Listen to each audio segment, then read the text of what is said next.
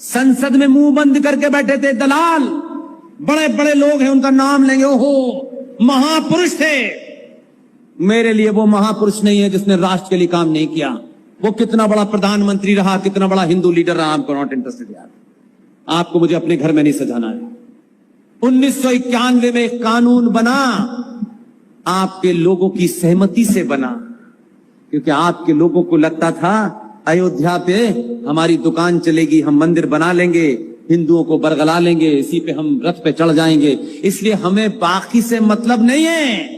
आपके लोगों की देख रेख के अंदर 1991 में पीवी नरसिम्हा राव की सरकार ने एक विदेशी महिला के दबाव में ये कानून बनाया और सौदा हुआ।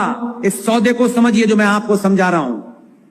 92 की घटना से पहले एक सौदा हुआ, और वो सौदा ये था कि अयोध्या पे हम कोई कानून नहीं बनाएंगे और देश के 42,000 वो अनादिकाल के मंदिर जो हमारी आस्था के केंद्र हैं, उन मंदिरों का निर्माण साइंस के रूप से हुआ है। उस पे ठेकेदारों ने चुप्पी साध करके उस पार्टी के साथ में समझौता किया और उस कानून को प्लेसेस ऑफ वर्शिप एक्ट कहते हैं। उसके तहत देश के सनातनियों के वो अनादिकाल के मंदिरों के ऊपर हमेशा के लिए आपसे अधिकार छिन गया। बोले नहीं, उसके बदले में क्या मिला? उसके बदले में 6 दिसंबर 1992 मिला आपको। और जैसे ही ये किया, देखिए जिन्हें आप पंचर जोड़ने वाला कहते हैं ना, आप तो सिर्फ यही सोचते हैं आज कितना कमाया, आज कैसे कमाया, आज किसको बेवकूफ बनाया।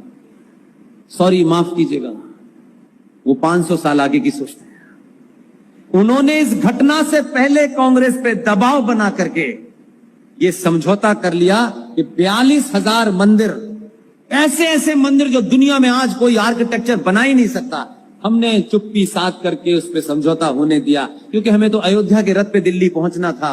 हमने कर लिया समझौता, आई गई हो गई। ये 91 में हुई, 92 की घटना में उन्होंने तोहफा दे दिया आपको, और 93 में आपने क्या किया? आप चुप हो गए। 93 के अंदर कांग्रेस पार्टी ने फिर आपके दलालों की सहमति से एक कानून बनाया जिसे नेशनल कमीशन फॉर माइनॉरिटीज कहते हैं।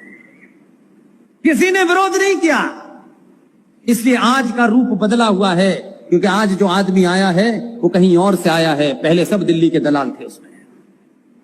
1993 में आपको कानून बना, उस कानून के तहत माइनॉरिटी कमीशन बनाया गया। पूरा देश का सनातनी हिंदू क्या समझता है? जैसे कहते हैं माइनॉरिटी खतरे में है, माइनॉरिटी बहुत परेशान है, माइनॉरिटी को सताया जा रहा है। तो माइनॉरिटी का मतलब क्या है? 99% हिंदू समझता है भारत में माइनॉरिटी का मतलब मुसलमान। यही मानते हैं आप? इसमें बारीकी देखिए,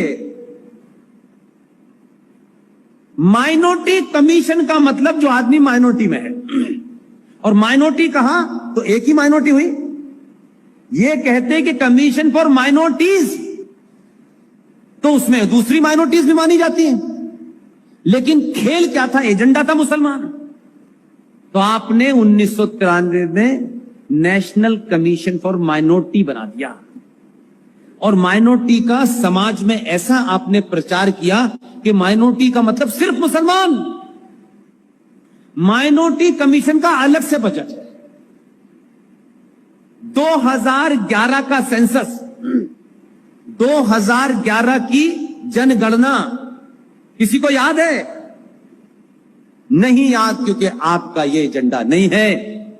यहां आग नहीं लगी हुई है। आपको लगता है आपके घर पे दुनिया की बेहतरीन टाइल्स लगी हुई हैं, घर के पीछे स्विमिंग पूल है। ये सब कुछ नहीं है आपका। आप किस गलतफहमी के शिकार हो गए?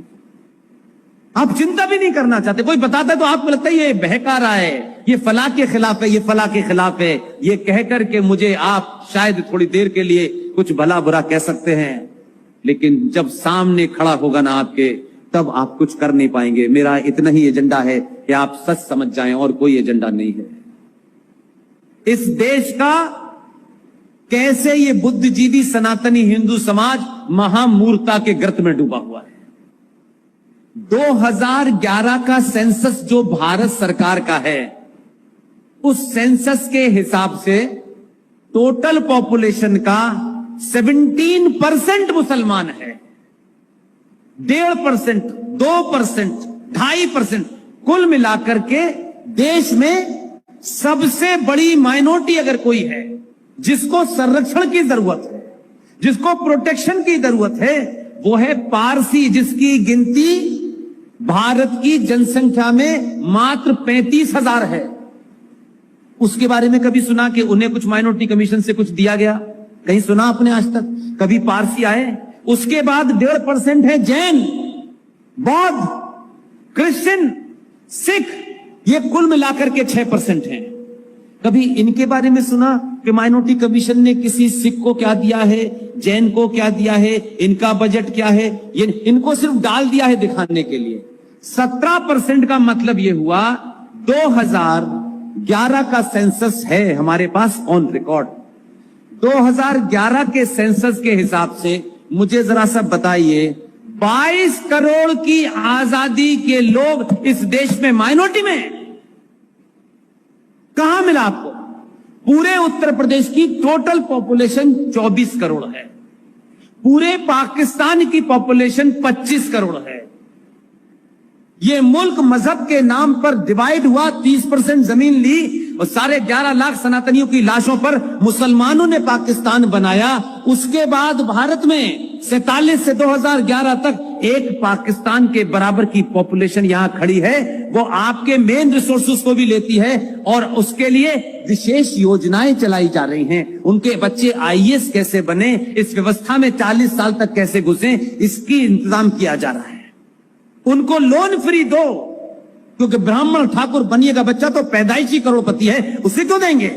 ये चर्चा का विषय नहीं होगी, ये नहीं बोलना चाहते। इसलिए आज से आप सबसे मैं उम्मीद करता हूं कि जब भी ये बात आए कि क्या भारत में मुसलमान अल्पसंख्यक हैं, तो कहिए नहीं है।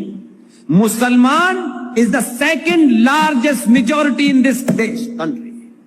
ये बोलिए, भारत में मुसलमान दूसरे नंबर की मेजॉरिटी है। तब ये आपके अंदर से समझ में आएगा माइनॉरिटी का क्या चक्कर है। अगर कोई माइनॉरिटी है तो पारसी है।